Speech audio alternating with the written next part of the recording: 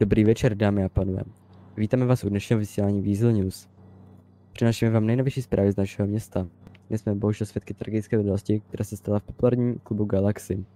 Na místě je náš reportér Kvído Kvídovský, který nám přinese podrobnosti. Kvído, slyšíme se? Ano, slyšíme se. Dobrý večer, nacházíme se před klubem Galaxy, kde se dnes večer odehrála šokující vražda. Místo, které je obvykle plné hudby a tance, se dnes stalo dějištěm tragédie. Kvído, můžete nám říct přesně, co se stalo? Podle prvotních informací došlo k incidentu krátce po půlnoci. Svědci uvádějí, že mezi dvěma návštěvníky klubu došlo k prudké hádce, která bohužel eskalovala do násilí. Jeden z účastníků hádky vytáhl zbraň a na místě zastřelil druhého muže. Záchranné složky byly na místě během několika minut, ale oběť bohužel podlehala svým zraněním. To je opravdu tragická zpráva.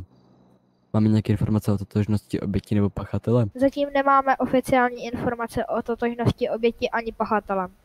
Policie však již zahájila vyšetřování a oblast je nyní uzavřená. Svědci byli vyzváni, aby poskytli veškeré informace, které by mohly pomoci vyšetřování. Rádi bychom také apelovali na veřejnost, aby kontaktovala policii, pokud má jakékoliv relevantní informace. Rozumím.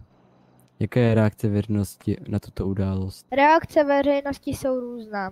Mnoho návštěvníků klubu je v šoku a zdrceno touto tragédií. Někteří z nich uvádí, že klub Galaxy byl vždy považován za bezpečné místo a jsou překvapeni, že se něco takového mohlo stát. Majitel klubu zatím nevydal žádné oficiální prohlášení, ale očekáváme, že se k situaci vyjádří v následujících dnech.